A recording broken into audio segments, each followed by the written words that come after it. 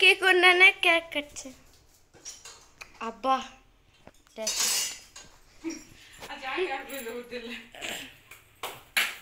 Welcome to home daddy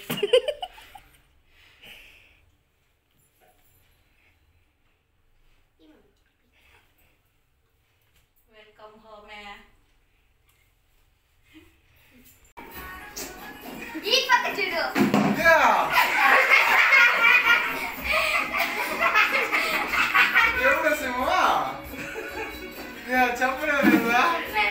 ఇదే plan చేయడారు లేదా ఆడిపోతాను వస్తాను అనేసి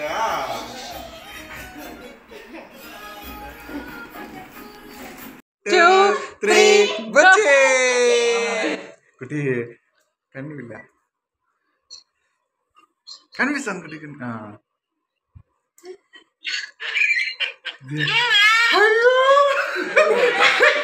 ఆమె ఏడు మొఖం పెట్టేస్తాను అంట లేసేమో మళ్ళీ ఆమె ఇదైపోతుంది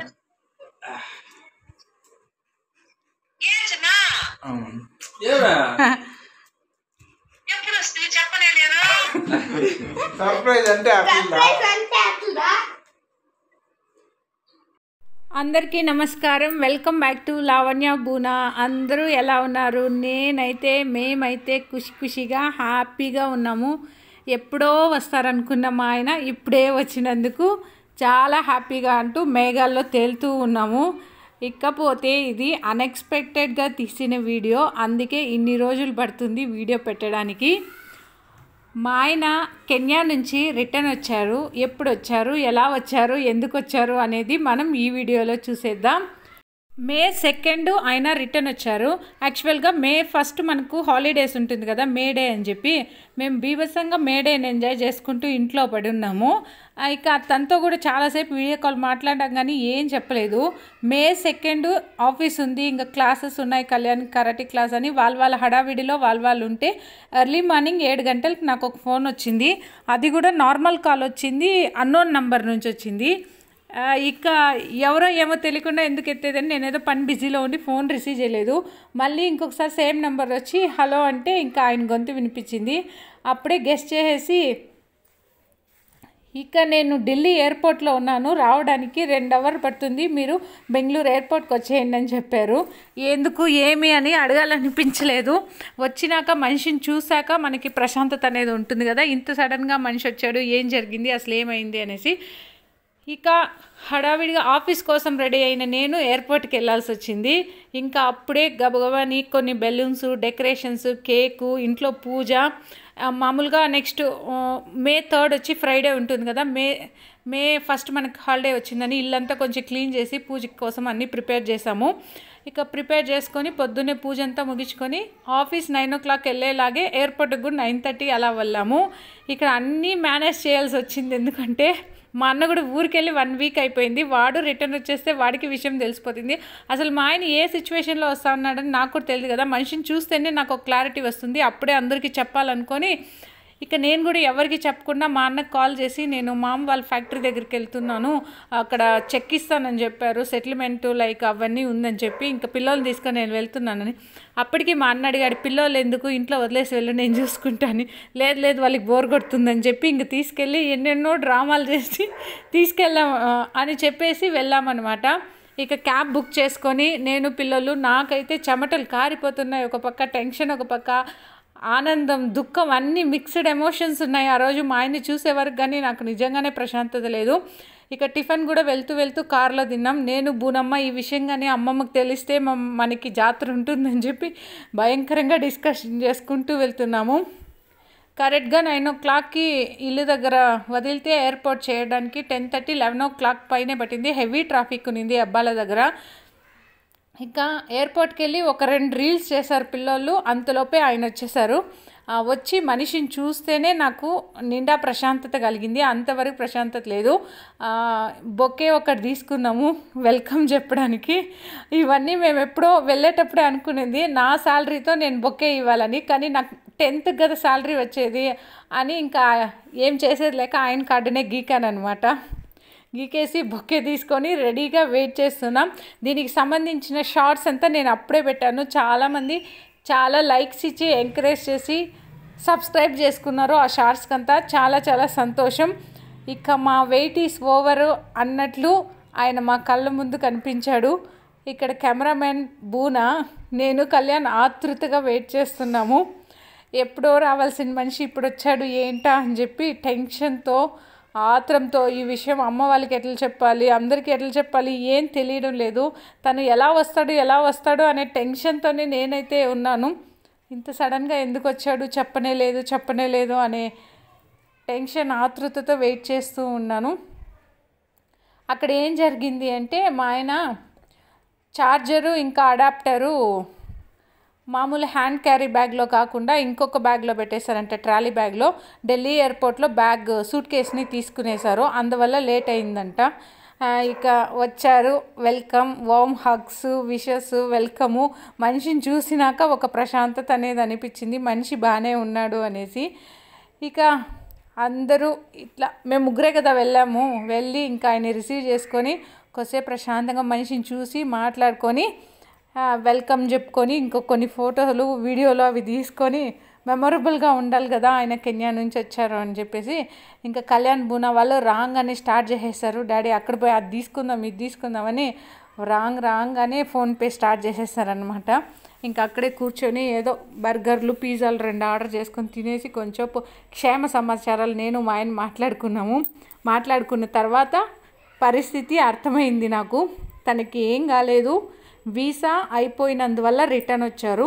యాక్చువల్గా వెళ్ళేటప్పుడే అగ్రిమెంటు 2 ఇయర్స్కి అని చెప్పి, కానీ ఫస్ట్ వాళ్ళు సీల్ వేసింది వీసాకి 3 మంత్స్కి. 3 మంత్స్ అయిపోయిన తర్వాత 1 మంత్కి సీల్ వేశారంట. ఆ 1 మంత్ ఏప్రిల్ 5థ్కే అయిపోతూ ఉండే, మే 5థ్కి అయిపోతూ ఉన్నింది. మే 5th తర్వాత 2 ఇయర్స్కి సీల్ వేయాల్సి ఉన్నింది. కానీ కెన్యాలో ఎలక్షన్స్ జరిగి అధ్యక్షుడు అనేవాడు మారాడంట. మారి 1 ఇయర్కి 5 lakhs ఉండాల్సిన వీసా వాల్యూ 12 lakhs చేశారంట. రీసెంట్గా వచ్చిన ఇండియా వాళ్ళందరినీ వాపస్ పంపించేయండి అని చెప్పి మేనేజ్మెంట్ నిర్ణయించుకొని 4 months, 3 months, 2 months ఆయన వాళ్ళందరినీ రిటర్న్ చేసేశారు. అందులో మా ఆయన కూడా ఒకరు. మా ఆయన వచ్చినందుకు నాకు ఎటువంటి నష్టము లేదు, ఎటువంటి బాధ లేదు. ఎగిరి గంతేసినంత హ్యాపీతో నా ఫేస్ని చూస్తేనే మీకు అందరికీ తెలిసిపోతుంది. ఎస్పెషల్లీ పిల్లోళ్ళు కూడా చాలా అంటే చాలా మిస్ అయిపోయాం, అల్లాడిపోయాం ఈ 4 నెలలు తను లేకుండా. ఇక అంతే హ్యాపీనెస్తో తను రిసీవ్ చేసుకొని క్యాబ్లో కూర్చున్నామో లేదో, ఎందుకు ఇంత సన్నగా అయిపోయినావు, తిన్నావా లేదా, 4 నెలలకి 11 kgs అంటే చాలా పెద్ద విషయము. ఇంత తగ్గిపోవాల్సిన అవసరం నీకేమొచ్చింది, ఫుడ్ పట్టలేదా, ప్రశ్నలతో వర్షాలు కురిపించేసాము.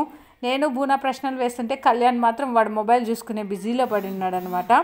ఇక ఇంటికి వస్తానే ఆయనకి ఎర్నీళ్ళు అవి తీసేసి మేము చేసిన అరేంజ్మెంట్ అవి ప్రశాంతంగా చూస్తూ ఉన్నారు. చూసిన తర్వాత కేక్ కటింగ్ అది చేసి మాకున్న 1 hourలోనే మేము ఇన్ని చేసామంటే ఒక్క ముందు రోజు వస్తానని చెప్పింటే ఇంకెంత హడావిడి చేసి ఉంటామో మీకే వదిలేస్తున్నాను. కేక్ కట్ చేసి బ్లాస్ట్ చేసి ఆయనకి వెల్కమ్ చెప్పి ఎర్నీళ్ళు తీసి, ఇంకా ఇది కాకుండా నీ ప్రాబ్లమ్స్ ఏమైనా ఉందా అని చెప్పి ఆయన్ని సతాయించి విసిగించేసి ఇక తెచ్చిన బ్యాగ్ అంతా ఓపెన్ చేస్తున్నాం. తీసుకెళ్ళింది 3 బ్యాగులు, తెచ్చింది 2 బ్యాగులు. ఒకటి వచ్చి ఢిల్లీ ఎయిర్పోర్ట్లో తీసేసుకున్నారు, అది వాళ్ళే ఇంటి అడ్రస్కి పంపిస్తామని చెప్పారు. సో ఇంక తెచ్చిన 2 బ్యాగుల్లో ఏమేమి ఉందా అని చెప్పి ఎంక్వైరీలు మొదలుపెట్టి ఫస్ట్ తినడానికి ఏమున్నాయో అని చేసాము. మా ఆయన చాలా తెలివిగా ఈసారి మా కోసం చాక్లెట్స్, స్వీట్స్ ఎక్కువ తేకుండా కారాలే తెచ్చినాడు. ఢిల్లీ ఎయిర్పోర్ట్లోనో నైరోబీ ఎయిర్పోర్ట్లోనో తెలీదు, సమోసాలు, మిక్చరు, పబ్బిళ్ళలో అవన్నీ ఉంటే హల్దీరామ్స్ వాళ్ళ వంట తెచ్చారు, చాలా బాగునింది. స్వీట్స్ ఎక్కువ తాలేదు, ఎందుకంటే పిల్లలు ఎక్కువ దగ్గేస్తారు తిని చాక్లెట్స్ అని చెప్పి. ఇంకా తీసుకెళ్ళినవన్నీ తెచ్చారా లేకపోతే ఏమైనా వదిలేసి వచ్చారా అని నేనైతే ఎంక్వైరీలు మొదలుపెట్టి అన్నీ చెక్ చేస్తున్నాను. తీసుకెళ్ళిన ఫుడ్ ఐటమ్స్ ఇంకా పౌడర్లు అవి ఇవి తప్పిస్తే బట్టలు మాత్రం తీసుకెళ్ళినవన్నీ తెచ్చేశారు. ఇలా అన్నీ ఫినిష్ చేసుకొని చూస్తూ ఉన్నాం. This is the too big dairy milk chocolate. అదే వేయండి దాంట్లో బిల్లు కూడా చూడు పేపర్. Wow. సమోసా మనం మళ్ళీ బేక్ చేసుకోవాలనా? లేదు. This is all in one. ఎంత తినేసి తగ్గుతూ ఉంటారు. ఏమో తెలియదు అది ఏడా పిల్లకాయలు మా ఉంది అది తీసుకుంటా ఎండ్రజాయ్ మై బిల్లు దాంట్లో ఉండదు చూడు లేదా బ్యాగ్లో బిల్లు బ్యాగ్లో ఇలా మా ఆయన కెన్యా నుంచి ఇండియాకి రిటర్న్ అవ్వడం జరిగింది. నాకైతే ఫ్రెండ్స్ సర్కిల్ లేదు. నా ఫ్రెండ్స్ వేళలో లెక్క పెట్టుకోవచ్చు, 1 2 3. మా ఆయనకైతే చాలామంది ఫ్రెండ్స్ ఉన్నారు. కొలీగ్సే ఫ్రెండ్స్ అయిన వాళ్ళు ఉన్నారు. కొలీగ్స్నే ఫ్రెండ్స్ చేసుకుంటారు. ఆ సర్కిల్ అనేది చాలా పెద్దది అయింది. వాళ్ళ ఫ్రెండ్సే నన్ను కూడా అక్క అని, వదిన అని, చెల్లె అని అలా వివిధ రకాలుగా పిలుచుకొని చాలా ప్రేమగా చూసుకునే వాళ్ళు ఇప్పటి వరకు కూడా ఉన్నారు. ఇప్పుడు ఇవన్నీ ఎందుకు చెప్తున్నాను అంటే, మన చుట్టూ ఉన్న 10 మందిలో ఏ ఇద్దరైనా మనం బాగా కోరుకుంటే మనకి చాలా మంచి అనేది జరుగుతుంది. అలాంటి వాళ్ళని చూస్ చేసుకొని మరి మన చుట్టూ పెట్టుకుంటే మనకి ఒక పాజిటివ్ వైబ్స్ అనేది లైఫ్లో కలిగి ఉంటుంది. అలా కాదని మనం ఎదుగుతుంటే మనల్ని తొక్కేయాలని, కిందికి లాగేయాలని చూసేవాళ్ళు మన చుట్టూ చాలామంది ఉంటారు. అటువంటి వాళ్ళని పట్టించుకోకుండా మన పని మాత్రం మనం చూసుకోపోవాలి. ఇవన్నీ ఎందుకు మాట్లాడుతున్నాను అంటే, కెన్యాకి వెళ్ళినప్పుడు మంచిగా అప్రిషియేషన్ చేసిన వాళ్ళు ఉన్నారు. వాడేం చదువుకున్నాడని బయట వెళ్ళాడు, వాడేమైనా సాఫ్ట్వేరా అని చెప్పి కిండల్గా మాట్లాడిన వాళ్ళు ఉంటారు. సో ఎప్పుడు ఒకరిని మనం బ్లేమ్ చేయడంలోనూ, తక్కువ చేసి మాట్లాడడంలోనూ ఉండకూడదు. వాళ్ళ స్థాయిని బట్టి, వాళ్ళ వృత్తిని బట్టి, వాళ్ళ చదువుని బట్టి, వాళ్ళ పరిస్థితులను బట్టి వాళ్ళ జీవితంలో వాళ్ళు ఎదగాలని ప్రయత్నిస్తున్న వాళ్ళని మాత్రం దయచేసి కిందకి లాగేయకండి. అలా లాగేయాలని చూస్తే మనమే కింద పడిపోతాం. మేము మా వంతు కృషిగా కష్టపడి ఎదుగుతూ ఉన్నాము. సో అప్రిషియేషన్ లేకపోయినా పర్వాలేదు, కానీ తప్పుగా మాత్రం మాట్లాడకూడదు. మా ఆయన ఐటీఐ చేశారు.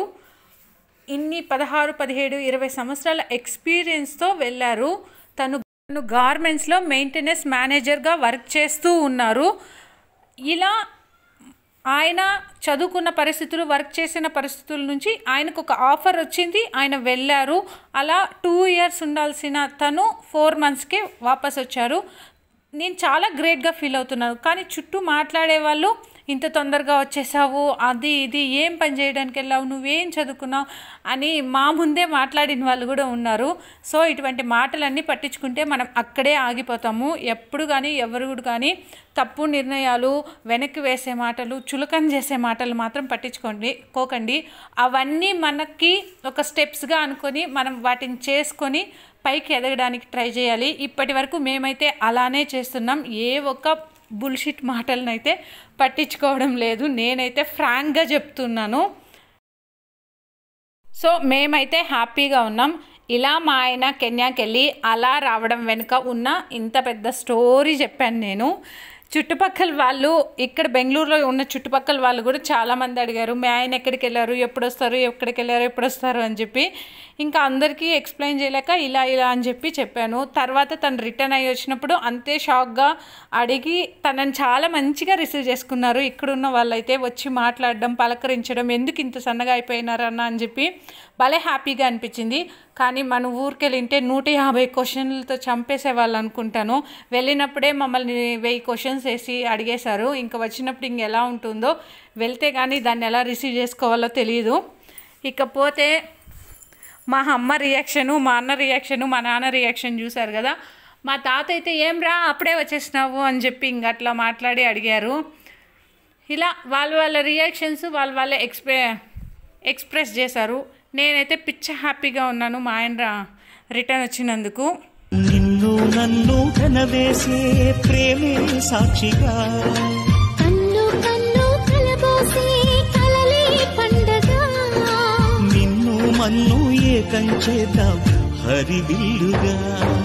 నా కోసం నిన్నే నా జతగా ఏ దైవం పంపేను బహుమతిగా. 4 days తర్వాత ఇంకొక సూట్ కేసు పంపిస్తామని చెప్పారు కదా. ఎగ్జాక్ట్గా నెక్స్ట్ సండేకి మాకు సూట్ కేసు వచ్చింది. కానీ దాంట్లో ఉండవలసిన అడాప్టరు, ఛార్జింగ్ వైరు అవన్నీ తీసుకునేసి ఓన్లీ బట్టలు, ఫైల్స్ మాత్రం పంపించారు. ఇక వచ్చిందే హ్యాపీలే అనుకొని చెప్పి రిసీవ్ చేసుకున్నాం అన్నమాట. ఇట్లా ఫస్ట్ ఫ్లైట్ ఎక్స్పీరియన్స్ అయ్యే వాళ్ళకి ఇట్లా ఏదో ఒక చిన్న చిన్న మిస్టేక్స్ అంటూ అవుతూనే ఉన్నాయి. అలా మా ఆయన క్యారీ బ్యాగ్లో కాకుండా లగేజ్ బ్యాగ్లో adapter, charging wire, power bank అవి పెట్టేయడం వల్ల లాక్ అయిపోయింది సూట్ కేస్ ఢిల్లీలోనే. ఇక అక్కడ నుంచి వాళ్ళు మన ఇంటికి చెక్ చేసి మళ్ళీ కొరియర్ పంపించారు. అసలు ఎన్ని బట్టలు, ఎన్ని షూలు, ఎన్ని చెప్పులు అవే సరిపోయినాయి ప్లేస్ మొత్తము. ఇక సక్సెస్ఫుల్గా మనకు రావాల్సిన వస్తువులన్నీ అందాయి, అన్నీ రిసీవ్ చేసుకునేసాము. ఇలా మా ఆయన కెన్యా జర్నీ వెళ్ళడం నుంచి రావడం వరకు ఇంత సక్సెస్ఫుల్గా జరిగింది. చాలా హ్యాపీ అంటే చాలా happy. 4 months out of country work experience ఆయన క్షేమంగా తిరిగి వచ్చినందుకు. ఇది నేను చెప్పాలనుకున్న కెన్యా స్టోరీ, మా ఫ్యామిలీ గురించి కొన్ని విషయాలు. మీకు కనుక మోటివేషనల్గా అనిపించింది అంటే వీడియోని లైక్ చేసి మన ఛానల్ని సబ్స్క్రైబ్ చేసుకోండి. ఇంతవరకు సబ్స్క్రైబ్ చేసుకున్న వాళ్ళందరికీ thank you so much. Bye bye.